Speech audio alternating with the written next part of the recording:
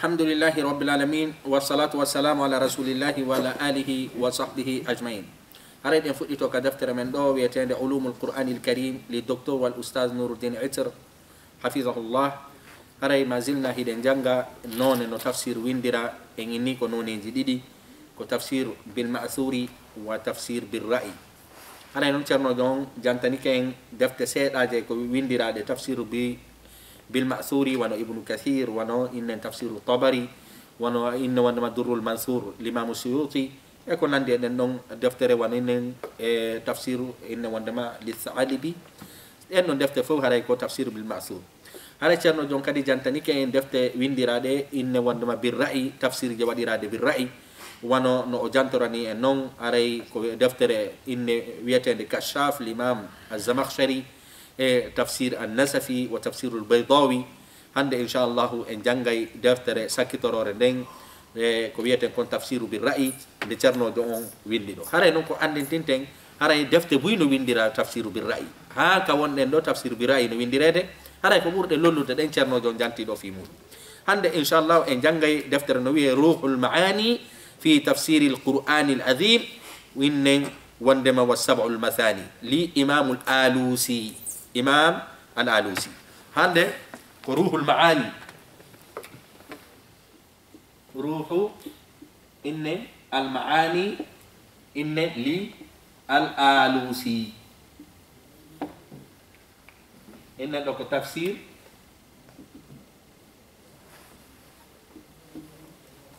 إن دوك تفسير روح المعاني للآلوسي الإمام الآلوسي هذا يكون ده دفتر دو جانجتين إن شاء الله كذا درس منه. هذا نوع أشرنا جويندو روح المعاني في تفسير القرآن العظيم وسبع المثاني للآلوسي كهم بوني أولو شرنا جو إني وهو أبو الثناء شهاب الدين السيد محمود الأفندي الآلوسي البغدادي. هذا أولو كم بغداد المتوفى هذا كو بفئني كوي هيتان تامدري إن هيتان إن ولورة eteme didi ko wieten kon capande jeedidi hijri ara enon kanyum kadi ko shafi'iyul madhhab ara ko shafi'an ke jonum wa kana shaykhul ulama fi al-iraq harihi mojaya e seykube e leydi iraq ndi akthar min al-ulumi hatta asbaha allamata al-manquli wal-ma'quli haray o hebbinno ko wiete gandal ha o woni gando molanado e ko yowondirono al manqul wal maqul sinama al manqul ko eggida bimana o wonno cernodo molanado e ko wiete fi andugol hadisa e fi andugol makuji nulado e sahaba be tabi ko noynete al manqul amma al maqul ko tawata hara ko yowondiri e istinbat e ko yowondiri e gande ko wiete balaga e ko yowondiri e din don piiji wadugol e inne wandema jogagol gande fewndi den haray o wonno kanyum kadi dum don kanyum kadi fahamatan ko hewdo kadi faamu fil furu'i wal usuli ko yowondiri e fiqhu e ko yowondiri e ko wiete usul ma ko yowondiri e fiqhu e ko yowondiri e tawhid haray ko en inni wondema usul wa usul wonde no faande tawhid no faande kadi usul al fiqh akhadha an fuhul al ulama haray non o dabbi gandal e jungo non gai ko wiete kon hondum innen e joma gande be bimana ko himbe jogiibe gande molana be o jangi jungo mudum minhum hino jeyabe o jangi jungo mudum waliduhu babe makko al allama sheikh khalid naqshbandi haray kanko babe makko ko hondum ko allama ko cerno do molana do wiete do innen sheikh khalid naqshbandi innen wandama wa sheikh ali as-suwaidi hara be do fu ko wieten ko cernobe mabbe ishtaghala bit tadris wa ta'lif wa huwa ibn 13 sana haray imam al-alusi be fuddike jangugol e windugol defte den hari ko be duubi sappoitati be fuddori on walli fagol defte dundo konu holli ko lawbe hebi gandal be hebi gandal de tawde suudu mabbe no suudu gandal babe mabbe no jeya e ko be ben ka gande kabe hebay no duubi sappo e tati tay be fuddike jannude fannuji di fof hatta li don kadi be fuddike windo defte inne wondema إن وقلد إفتاء الحنفية بلمنا كدهن وقل فتوى مذهب الحنفي وتتلمذ له خلق كثير هريت كدويته تالي باب بوي كدي أري نحمي غندال جنغو مبه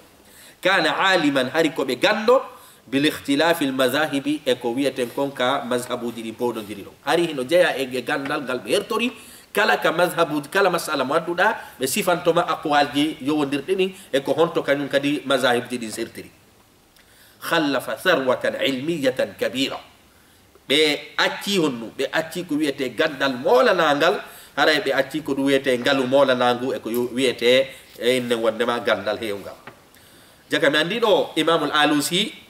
inne wondema shihabuddin haray ko ceernojo molanago saabu goɗɗo yo heɓu duuɓi 13 tawata o fuɗɗike wallifagol defte ɗum ɗon haray ko ɗum ada tendini non haray ko gando molanaɗo wonɗen e sifade ɗo fimo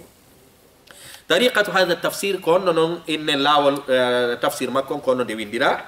tafsir ruhi lmaani haray tafsir wiyeteɗo ruhu lmaani o jamiun li arai salafi riwayatan wa dirayatan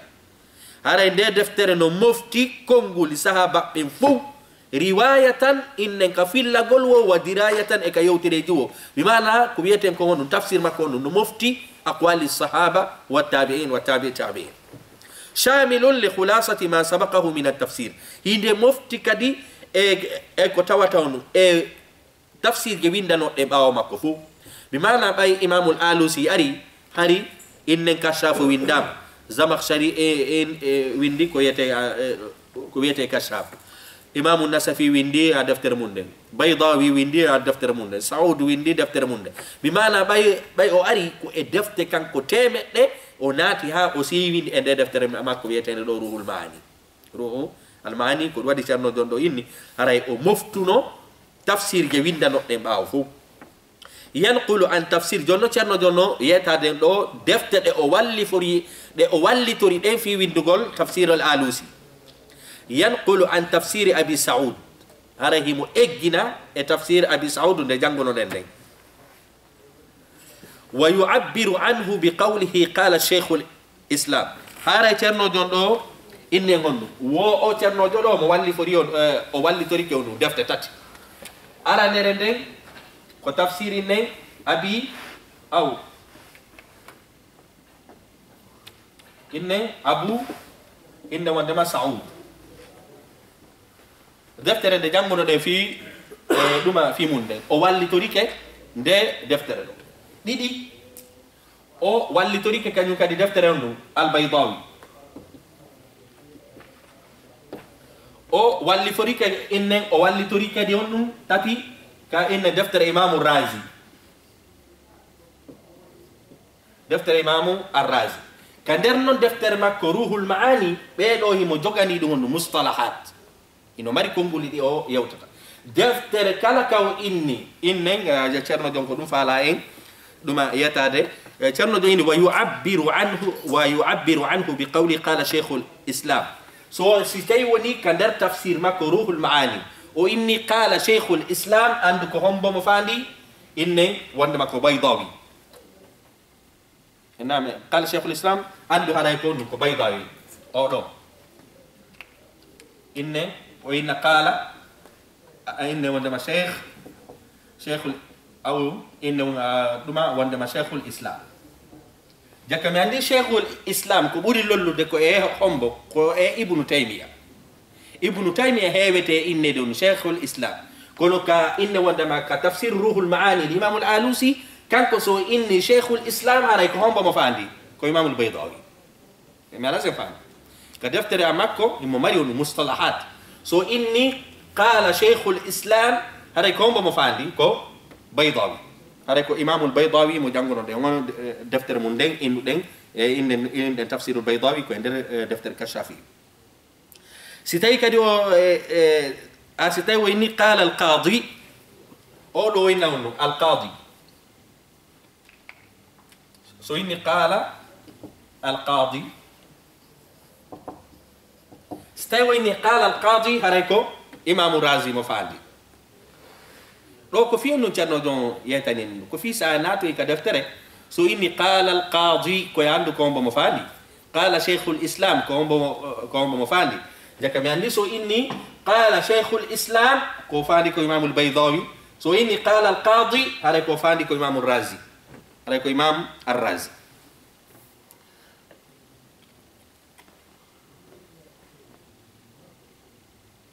afwan ara enen duma hiltindiri seeda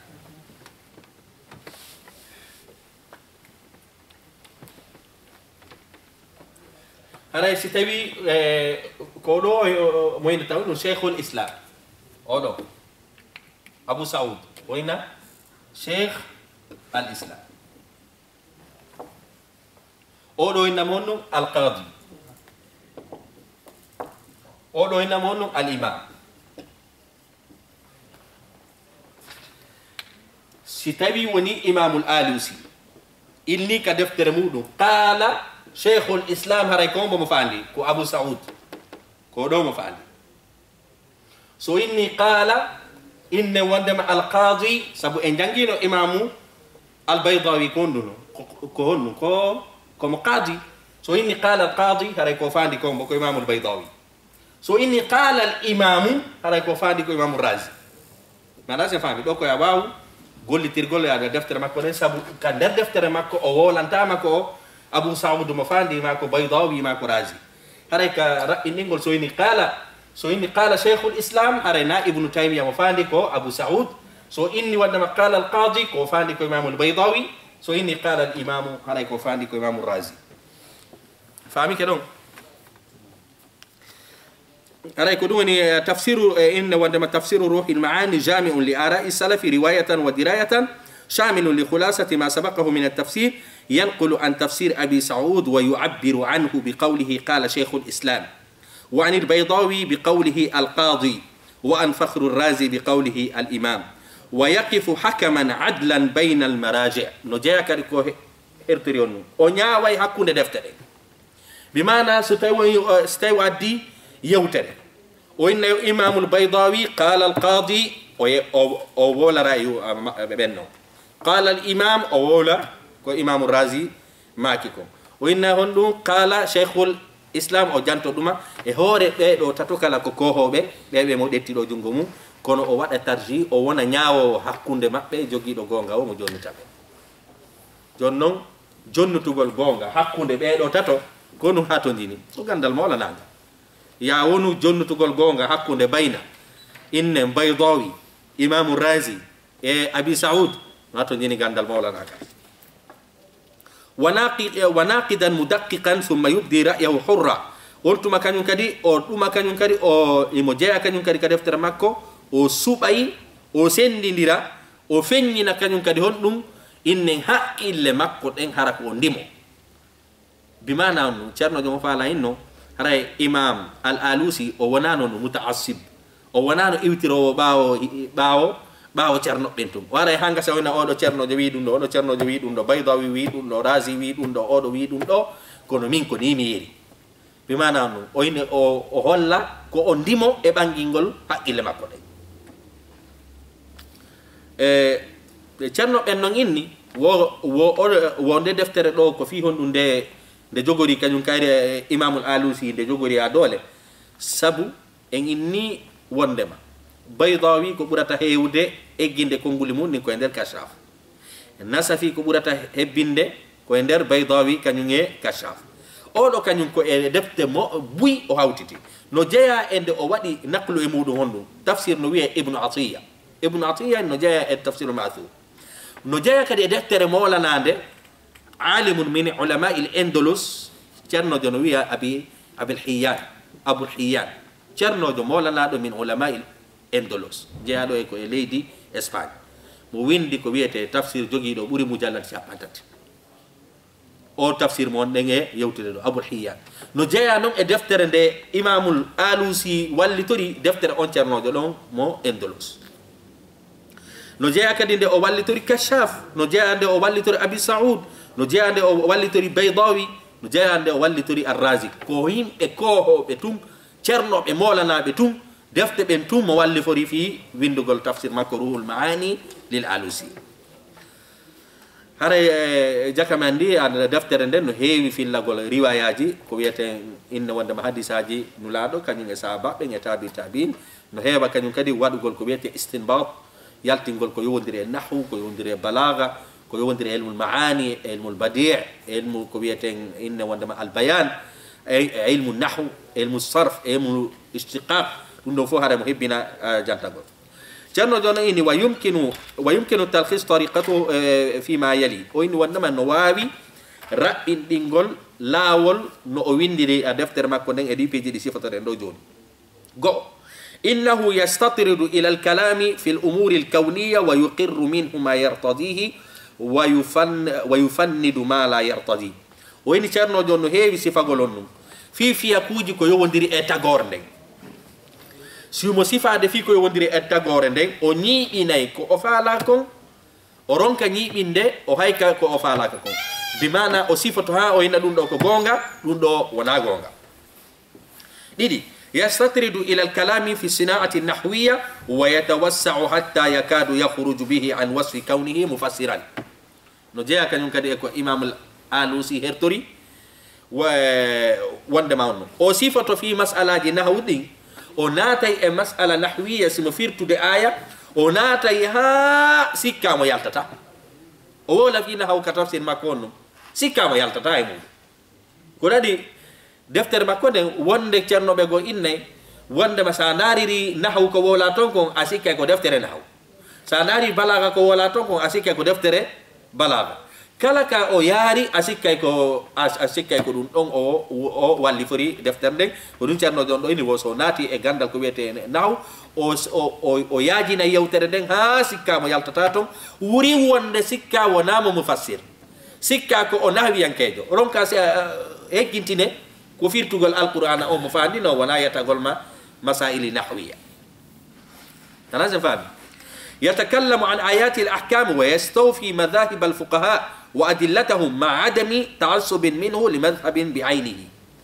ceerno jon ini himo wowla kadi yiɓe maaka si ɓe hewti ayeje yowodirɗe e ñawoje ɗen ko wiyete ko ayatul ahkam ɗum kañum kadi ɓe naatay ɓe sifo fi mazhabuji ɗin fof ɓe sifo fi dalilaji mazhabuji ɗin fof tawata kañum kadi hara ɓe bambana mazhabu hay e goto ɗum ɗon kañum kadi e jakami andi on no imamul baydawi e imamu nasafi enen e jannguno defte ɓen ɗon ne ɓen ɗon so hewti ayatul ahkam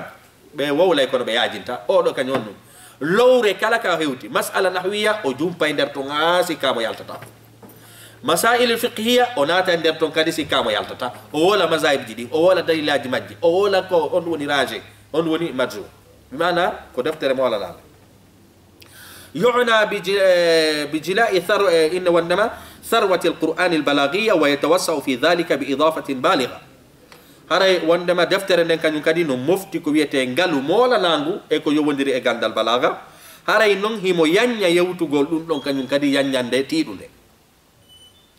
جاك من عندي كدي يشانو دعيني سيكو غاندال نحو سوناتي مودو مويالتتا سيكو غاندال فيكو سوناتي مودو مويالتتا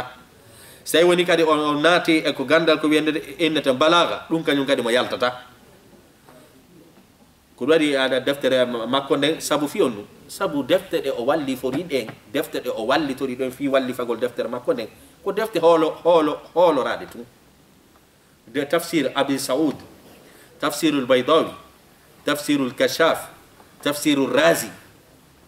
tafsir ibnu atiya ɓen ɗon fof ko ɗum ɓen ɗon fof ko kohoɓe molanaɓe e ko wiyete a tafsir joni noon sa inni a moftay konnguli ɓen fof ɓeydita an kadi ko ɗum waɗi lowre nde o naadunowo ceernoɓe ini o naatayno ha heggita an tigiri janngowo deftere makko nden so tawi woni ko deftere tafsir joguiɗa ka ko deftere nahwu ka ko balaga joguiɗa ceerno joni noon inni amma l israiliyat amma noon riwayaji himɓe defte ɗen fa huwa shadidu naqdi lil israiliyat wal akhbari l makduba o ini ceerno jon noon hon ɗum ko o sattuɗo hon ɗum haykugol ko wiyete ko hon ɗum israiliyat ko wiyete ko himɓe defte ɓen ko filloto kon o jaɓata windude ɗum ɗo few ka deftere makko yeru ka o windi ɗon kadi fof o windirali fi ɗum o winde haga sowne ko penale eya ceerno jon nanen haari on ɗum so naati e masala nahwiya o juuta e nder to balaga figu o joddo kono israiliyat dum don o yida fiu o yida fi lagol konno ko wiyete ko inne wondema israiliyat wal akhbar al makdhuba khabaruji fenandeji dum don kanyum kadi o yida allati din ذكرها كثير من إن وندما كثير من المفسرين هذا يوتريجي إسرائيليات يوتريجي فنانديجي لتوا تهارا كوي تنكون فيرتو بالقرآن أو بوي جانتك كانكو أو جبالي جانتا قولون نوكا دفتر ماكو بمعنى إذا تفسير ويندو بتفسير بوي نوولا الإسرائيليات كدفتر مبه ترنو دون إني كنيون هون وندما إمام الآلوسي on non o jabata few windugol e yeru ka windi don ko andi fo o himo ko dum wiete himo honnum himo innen dari darnde sattande ben firtaybe alqur'ana on tawata hara walli to ray ko wiete israiliyat wa al akhbar al maksuba inna wandama dhakara kathiru min al wa dhannuha sahiha li tawata hara firtuɓe alqur'ana go jantike ka tafsir je maɓɓe al israiliyat tawata kadi hara hiɓe sikki ɗin fillayeji ɗon sahiha tan ko selluɗi ma sukhriyati minhum ahyanan ceerno jon ɗo inni on wo wonde imamul alusi o winday ha gasa o winda nde deftere ɗa ko ɗum ɗon haali nde deftere ɗa no o jalkita ɓen ceernoɓe ɗo mi anasen faami mi mana imamul alusi wonde o jalayno ceernoɓe waɗuɓe tafsir tawata hiɓe ɗettori ko wiyete riwayatul israiliyat wa al akhbar al makdhuba ɓe naadi ka defte maɓɓe wonde o arayno tumoy nawnu ɗum ɗo buyno filli kono ko fenade wonde wara oy nawnu kaari e kaari no filli ɗum ɗon o ko ɗum wiyata onnu awa o ɓeyda kadi ɗon jalkitugol ɓen filliɓe ɗum ɗon yaridu l alusi li zicri l qira'at haray kañum kadi mo weeɓintina imamul alusi no weeɓintina kañum kadi gandal wiyetengal ilmul qira'at mutawatirati wa ghairi mutawatirati lolluɗo on emo lollawo kan kadi imamul alusi no waywa on no imamul baydawi imamul baydawi kadi enen en jangino ka deftere ama makko imo wawi wonde mo sifato inne qira'at giɗin wonɗi mutawatira e wonɗi shadh ya'tani bi izhari awjuhi al munasabat bayna suwari ma'a ba'diha haray kañum kadi imo heewi feññingol noneji e ko joggidiri hakkunde suratuji ɗin maɗum wa bayna ayati ma'a ba'diha maɗum ko yowodiri hakkunde ayaje ɗen wa hadha fannun amiqun aray ɗum ɗo noon ko fannu lugguɗo wa muhimmun e jogiɗo himme e ko ɗum jogiɗo nafoore li fahmi balagati l qur'ani fi famugol balaga alqur'an o kono ceernojen faala en yetade o hiɗen mari gandal wiyetengal on almunasabat bayna suwari wa bayna al ayat ceerno jon ini wongal gandal ɗon ko fannu jogiiɗo nafa fiya faamu juɓɓudi alqur'ana o fa masalan si o aya ɗo inne jantama ha ɗo mo lanniri ni aya wonɗo yeeso ɗon fuɗɗorike ni ɗaɓɓitugol ko ɗum jogidiri ɗe ayaje ɗo ɗiɗi ɗum noon inete munasab maɗum o ngol suratuwol ɗo e ngol suratuwol ɗo no hikkodiri fa masalan adde misal muɗum hikkindirgol ko wiyaten kon honno suratul falaqi e suratul nas ɗaɓɓitugol ko ɗum jogidiri ɗin suratuji ɗon ɗiɗi noon inete no ilmu munasaba hara non ayeje ɗen kadi ko ɗum jogidiri oɗo aya e oɗo aya ko ɗum hikkodiri oɗo aya e oɗo aya ɗaɓɓitugol ɗum ɗon e nder alquran on fop oyni ceerno jon kadi no heewi jantagol ɗum ɗon ka nder tafsir makko wiyeteɗo ruhul maani ceerno jon noon windande nde deftere ɗo oyni famugol ko ɗum woni almunasaba bayna al ayati awi suwar oyni ɗum ɗon ko fannu no amiqun ɗum ɗon ko fannu no lugguɗo noon saabu ɗum ɗon kadi no hatto jini gandal mawlanangal haray ɗum ɗon kañum kadi ko no hatto jini gandal mawlanangal fiya faamu juɓɓudi alqur'ana wa balagatul qur'an e labede ko wiyeten ko yewtere alqur'ana saabu hiɗa wawi tawde aya hara on aya ɗon e aya hikkiɗo ɗon on tawa duuɓi sappo nakkude majji aya alqur'ana tawa aya wonɗo takko makko on ɓuri duuɓi sappo nakkude majji kono janga tawata fof no yuɓɓi no wawi wasi ko haala wota ɗaɓɓitoygol noon ɗum ɗon ɗimpeji ɗon ko ɗum noon innete on num inne almunasabat haray no jeeya kañum kadi e ko tafsir makko on e ɗuma hertori yatani bi bayani asbabi nuzul haray mo heewi kadi jantagol ko wiyeten kon sababuji jippagol ayeje ɗe ceerno jon inni haray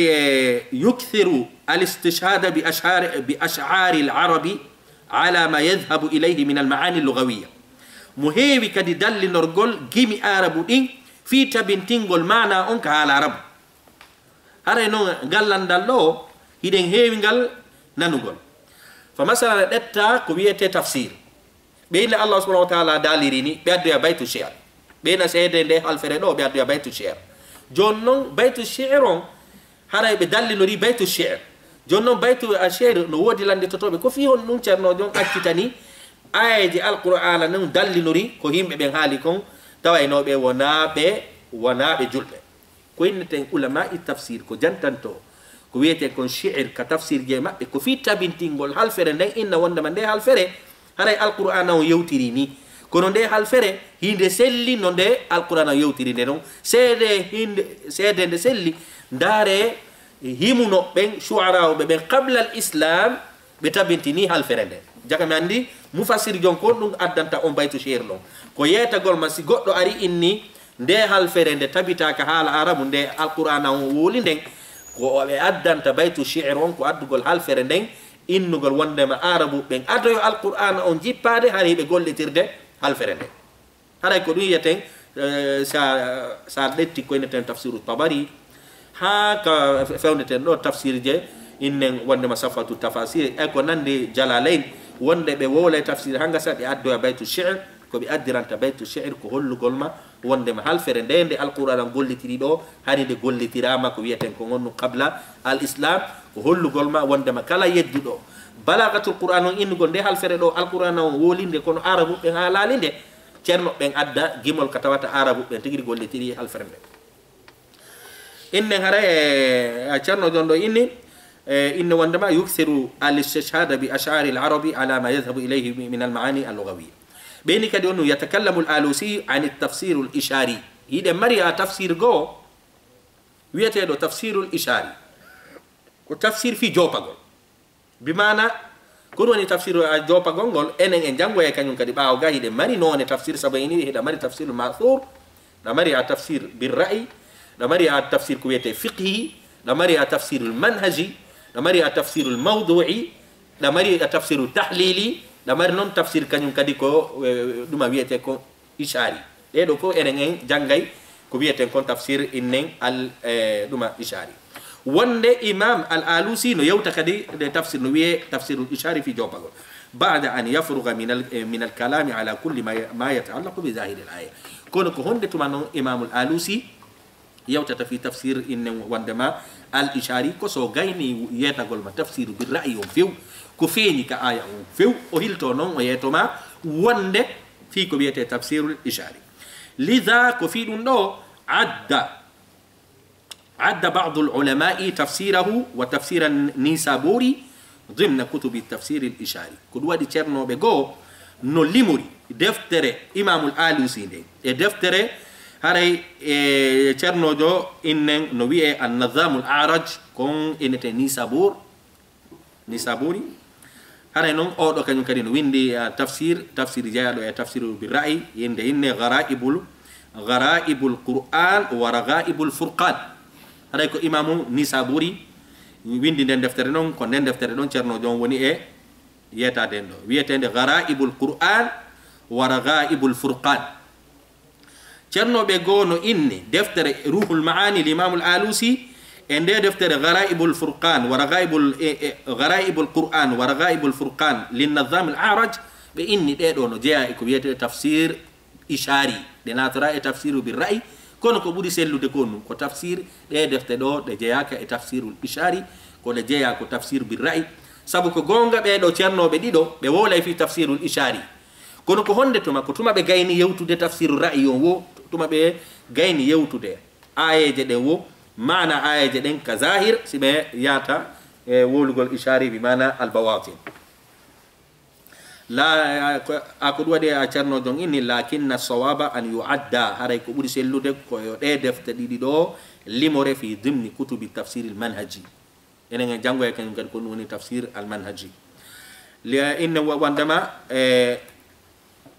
lima annahu lam yakun maqsuduhum al ahammu huwa tafsir al ishari sabu fandore mabbe nen kambe dido do imamru inna alusi kanyum e imam ni saburi hare fandore mabbe nen wonali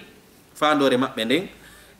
himme mabbe on wonali fi windugol tafsirul ishari himme mabbe ben ko ko windugol tafsir bir ray bal kana tabi'an li ghayrihi min at-tafsir az-zahir hare dum do jokkutun ko wiete tafsir feñu don bi mana wonde be siforo tafsirul ishari kon fandore mabbe windugol tafsir je mabbe de wona tafsirul ishari ko woni tun sibe gayni wadde tafsirul ra'iyon wonde ibe yawtara tafsirul ishari wa hakadha najidu ruhul maani mawsu'atan tafsiratan qayyima kunihi tende deftere wietende ruhul maani haray wondema konde inne wondema konde mawsu'a ko inete mawsu'a on konde moftunde ko wiete tafsir konde jogi kanyum kadi ko wiete ko innen qayyima ko jogi dum innen duma قيمة جمعت كويتين كل ما قال جمعت كل ما قال العلماء إن كل ما قال العلماء التفسير هذا عند مفتي نعم ده مفتي كلا كشرنا بيوتي كويت تفسير إمام الآلوسي كروه المعاني شرنا جوني دو هين دفتر ما كنا مفتي كلا كو وولا كويت كويندري التفسير مع النقد الحر هذا كان ينقدون وجوت كان ينقدي o dum wiete o firta kadi tawata ko hore ndimo bi mana hore ko yewti kon kadi fu o yahata ton o jilo yewtere o inna nde yewtere do no selli nde yewtere da sella kari ko woni ko no selli kari ko waddo jonno si a hewti e din degreji innugol o do cernodo ko yewti kon a ko no woniri o do ko yewti kon ina no woniri rayno atindini ray ko gando molana والترجيح الذي يعتمد على قوة الذهن haray kanyum kadi himo wada ko yete attaji himo sellina kadi dum kanyum kadi e hore haqqille tidude wa in kana yatawassa'u fi nawahi al-ilmiyyah al-mukhtalifa hayno sitawi woni himo sifo ko yaaji ko yowondire e gande ko wieten ko sertude ka tafsir makko mo sifo fi balagha nahwu arud piji din fo man illa annahu muttazinun fi kulli ma yatakallamu bi kono non haray ko neddo fotondirdo e ko yewtata ko e mudum bi mana ko hore gandal o woni e يوتد مما يشهد له بالإحاطة والعمق فيما أتى به في تفسيره هكذا هاري دونون هينو سيدين تيني هوب إندغول مكو اللوغول غاندال مكو غال إكو أدي كتفسير مكو بمعنى سأجانجي تفسير مكو تا إكو غاندو مولانا كوني أچرنو جون غايني إن يتورا ديكو ويأتن كون تفسير كو ويأتن دون إنن بالرأي هاري نون نودي دفتر بوي دي چرنو جون يوتا في مودون كدفتر مكو دو hare no jeya den don de andu den tafsirul jalalain tafsiru al-jalalain ko jeya dum e ko wiete tafsiru bir ra'yi hide ngandi kadi tafsirul al-jalalain koembe dido duma windi jalalain ko ombo ko jalaluddin al-mahalli wa jalaluddin asyuti hare kanyum kadi hino jeya kanyum kadi e tafsir windirado bir ra'yi wiete do mafatihul ghaib l'imam ar-razi imam ar-razi no windi tafsir molana do kanyum kadi be nam mafatih al-ghaib haray kanyum kadi hino jeya kanyum kadi tafsir gede de tawtara cerno jon jantaki do al bahrul muhit li abi hiyan onno kanyum kadi ko cerno do molana do mo endolos haray kanyum kadi mo windi deftere molana de nene bahru al muhit hino jeya kanyum kadi tafsiru bir ra'yi tawore haray enen jangal do fi mudum gharaibul qur'ani wa raghaibul furqan li imam anisaburi tawti non kadi honde ide mari kanyum kadi tafsir no wiye sirajul munir li khatib inne wandama ashrbini tawti non kanyum kadi on hande defte de jogi den da mari tafsirul munir da mari tafsirul wasit inne wandama imam tantawi no windi ara heda mari kanyum kadi tafsir wiyete do az-zahra hande tafsir ge hewde wala de winde de fu ara ko tafsiru bir ra'i kono hiya kanyum kadi hara hide mari defte windade hara ko ayatul ahkam on tun yidi wiye tafsir al fiqhi ide mari tafsir kanyum kadi al fiqhi inshallah en hiya dum non ka darsu jimeden koni hirde en hara cerno jo on se fani ken do fi defte buy kanyum cerno be buy hara hide tori Allah subhanahu wa ta'ala yalla yafo be cerno be wonde jangude mun do yeru kadi wuru be Allah subhanahu wa ta'ala yafo be enen kadi Allah dettita hara ko en yafabe hara hide hatta ka darsu men do inshallah wassalamu alaikum wa rahmatullahi wa barakatuh